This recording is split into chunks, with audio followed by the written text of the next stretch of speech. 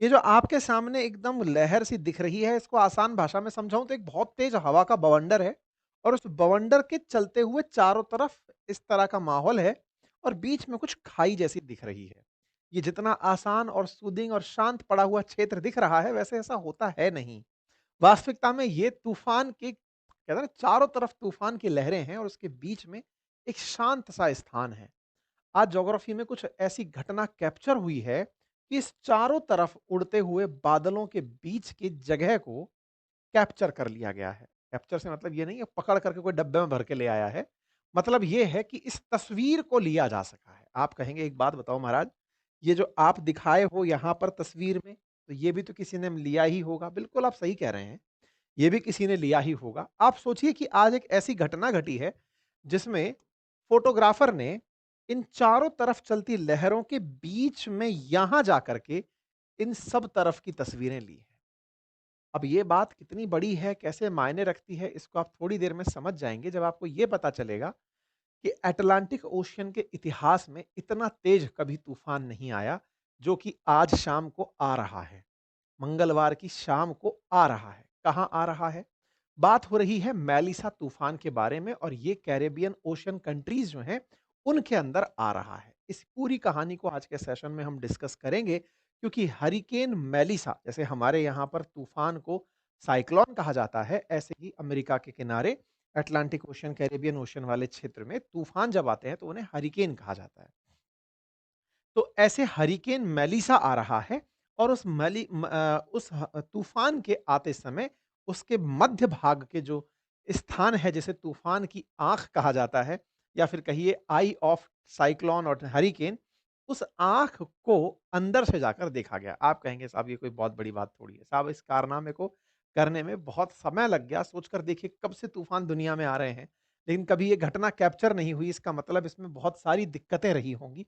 इसलिए ये बड़ी घटना है। लेकिन थोड़ा-सा आप हरिकेन मेलिसा के बारे में जान लीजिए, जिसने ऑलरेडी कई लोगों की जान ले ली है।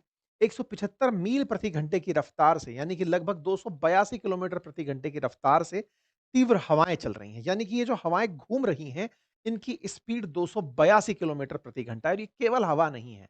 बादल हैं और उन बादलों में पानी है। वो पानी ही है जो आकर आगे बरसेगा, जब ये हरिकेन जाकर के किसी दीवार से यानी ज़मीन से टकराएगा। समुंदर में बना हुआ ये तूफान जब ज़मीन से टकराता है, तब जाकर के भीषण बारिश भी लेकर आता है। बारिश तो हालाँकि तूफान के दौरान चली रही होती है, लेकिन उस समय पर जनता का नुकसान होना शुरू होता है। समुद्र में बारिश से तो क्या ही नुकसान है। ऐसे में इसे कैटेगरी 5 का तूफान माना जा रहा है, हरिकेन माना जा रहा है, जो कि अपनी कैटेगरी में सबसे श्रेष्ठ है। यानी इससे ऊपर और कोई कैटेगरी नहीं होगी, 5 मतलब टॉप कर गया है। इसके चलते जमैका में 28,000 से ज़्यादा लोगों को शिफ्ट कर दिया गया, क्यूबा में 6 लाख से ज़्यादा लोगों को शिफ्ट कर दिया गया। एक बार मैप पर देख लेते हैं कि कौन-सी जगह आ रहा है। ये इस तरफ आ रहा है। ये कैरेबियन कंट्रीज़ हैं। यहाँ पर ये तूफ़ान आ रहा है। कहाँ से उठा है? तो इक्वेटर के ऊपर पश्चिम का अफ्रीका जो है इस क्षेत्र से उठ कर के ये इस तरफ मूव करते हुए जा रहा है। ये और ज़्यादा मैप पर देख लेते हैं, ये सारे की सारे कंट्रीज़ कैरेबियन कंट्रीज़ कहलाते हैं, अमेरिका के बिल्कुल दक्षिण में है। ये तूफ़ान यों उठ करके अब यों जाएगा, तो इन क्षेत्रों से टकराते हुए ऊपर की तरफ जा रहा है। ये सारे कैरेबियन कंट्रीज़ के नाम हैं, जिसमें आप Dominican Republic, Haiti, Jamaica, Cuba देख रहे हैं। तो अब ये इन देशों से होते हुए आगे की तरफ मुड़ने वाला है। इसकी उठने की जो कहानी है, ये कहा जा रहा है कि अक्टूबर की शुरुआत में ये उठा था और पश्चिम अफ्रीका के क्षेत्र यानी कि यहाँ के आसपास से उठ करके यों घूमते हुए ये तूफान बनते हुए जा रहा है। तस्वीरों को आप यहाँ पर आसानी से देखकर समझ सकते हैं कि दिशा क्या है। तीव्रता को अगर लेवल के साथ समझाया जाए तो पहले 4 तीव्रता का था, अब ये 5 तीव्रता का होकर के पहुँचता जा रहा है मंगलवार के दिन और यहाँ से आगे-आगे जब ये क्यूबा की तरफ बढ़ने लगेगा, तब इसकी गति में कमी आएगी और धीरे-धीरे ये मॉडरेट होता जाएगा, हल्का होता चला जाएगा, जिसको आप रफ्तार के साथ भी देख सकते हैं 160 मील प्रति घंटे, 130 मील प्रति घंटे, 120 मील, 105 मील प्रति घंटे की रफ्तार से धीरे-धीरे ये कमज़ोर पड़ता चला जाएगा। ये इतना तेज है कि अगर कोई दीवार भी बनी हुई है कंक्रीट की, ये उसे भी तोड़ सकता है, कम्युनिकेशन सिस्टम को तबाह कर सकता है। बहुत तेज तूफान है। इस तूफान में बवंडर पानी का कुछ इस तरह से उठते हुए पहुंच रहा है।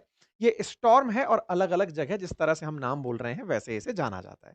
मैप पर अगर समझें तो अटलांटिक ओशन के आसपास जब तूफान उठते हैं तो हरिकेन कहलाते हैं। इंडियन ओशन के पास उठते हैं तो साइक्लोन कहलाते हैं और पैसिफिक ओशन और चाइना के आसियान कंट्रीज के पास उठते हैं तो टाइफून के नाम से इन्हें जाना जाता है, ये लोकल लोकल नाम है।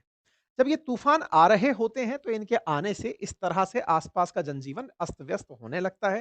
तेज हवाएँ चलने लगती हैं और इन तेज हवाओं के चलते वहाँ पर बाढ़ की स्थिति पैदा होती है। यहाँ पर आपको ये जो चक्र सा घूमता दिख रहा है, यही साइक्लोन है। इस साइक्लोन को ऐसे समझिए जो आपको अभी दिवाली के समय आपने चक्करघन्नी चलाई होंगी, बिल्कुल वैसा ये चल रहा है। इसके बनने की कहानी में कहा जाता है कि तापमान जब समुद्र का बढ़ने लगता है और जमीन और समुद्र के पानी के तापमान में अंतर होता है, तो जमीन जल्दी गर्म होती है।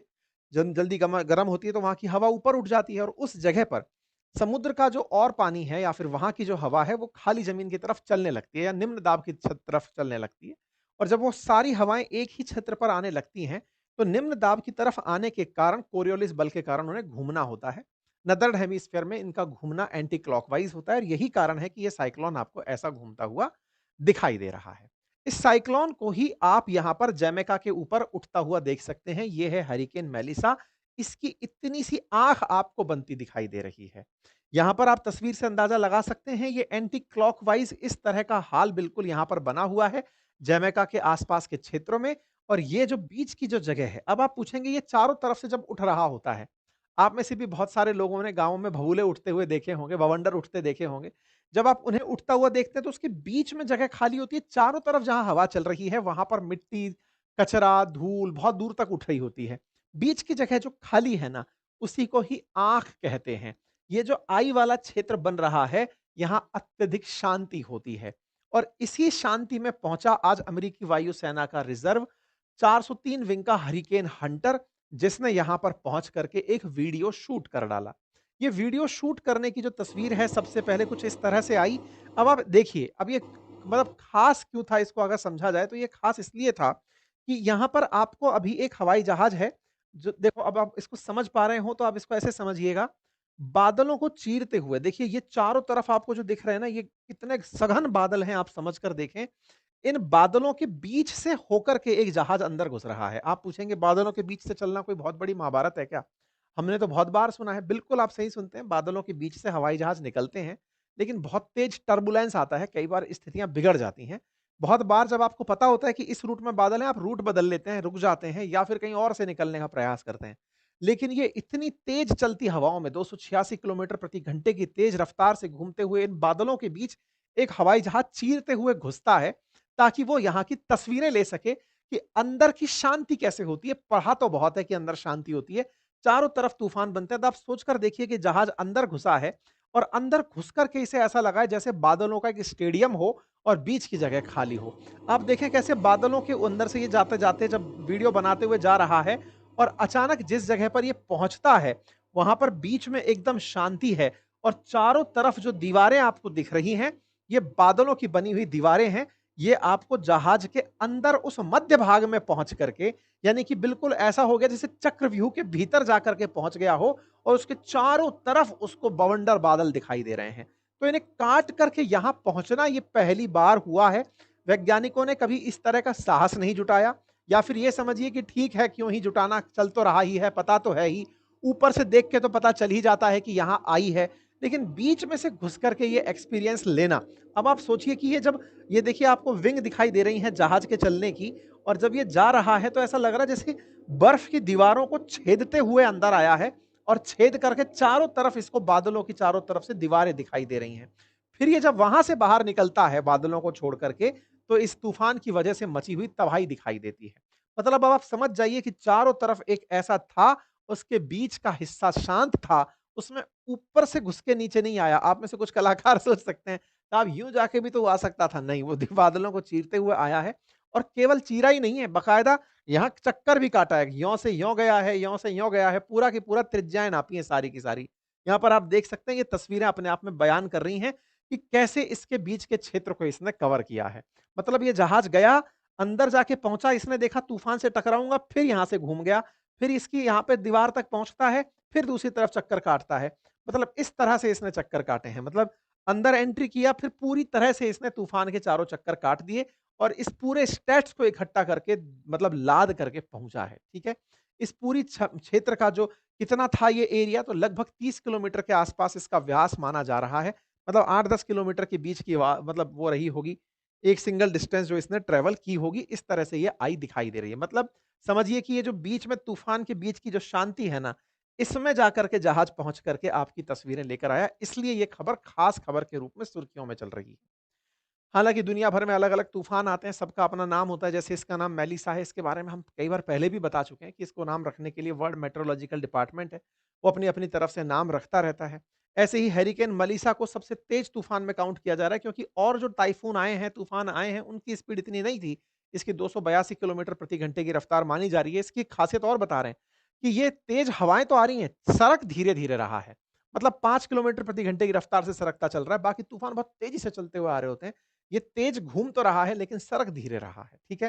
तो कुछ इस तरह से तूफ़ान की स्थिति है, खबर बड़ी रोचक थी, मुझे लगा कि आपको पता होनी चाहिए। ये ऐसी स्थिति करेगा जब पहुँचेगा, बारिश से पूरी तरह चीज़ों को तहस-नहस करेगा, बाढ़ लाएगा, सब कुछ करेगा। ये फ़िलहाल की स्थितियाँ चल रही हैं।